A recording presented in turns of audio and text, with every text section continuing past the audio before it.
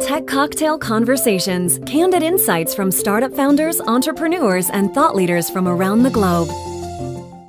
I think there's a lot of challenges, but the biggest thing is just the sheer amount of interaction that we have with our consumers and trying to really figure out how we can authentically interact with each one of those people who have a question or a comment or even a good story. So I think we realize that consumers really love it when we respond back to anything that they do on Facebook, and they really get kind of a little bit of a high when a brand as big as Ford Motor Company with thousands of employees and such a big brand actually responds back to something that they have to say. And I think they really like it a lot, but it's also using social to answer any questions or even concerns that people have. So if they have an issue with their vehicle, it's working with them to actually help them resolve their problem. But I think some companies are set up a little bit better than others, whether it's like Delta or Zappos, they respond every couple of minutes. So I think that's one thing that we're constantly trying to work on, is respond back to people as fast as possible, knowing that we can't as quickly as we'd like to at times, but getting back to them in a timely manner.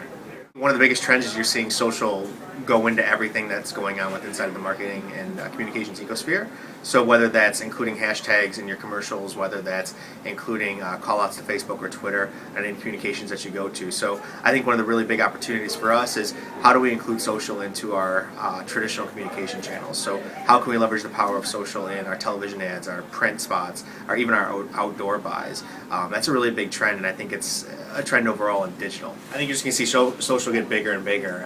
It's part of everything that we do at the company now, so it's not just marketing, it's not just communications, it's how we're using it in human resources, it's how we're using it to make people communicate more effectively. But I think you're going to see social plays a huge role in every campaign that we're doing, and it's just going to get bigger and bigger. Before it was just what can we do with social, now it's how does this campaign play out using social media.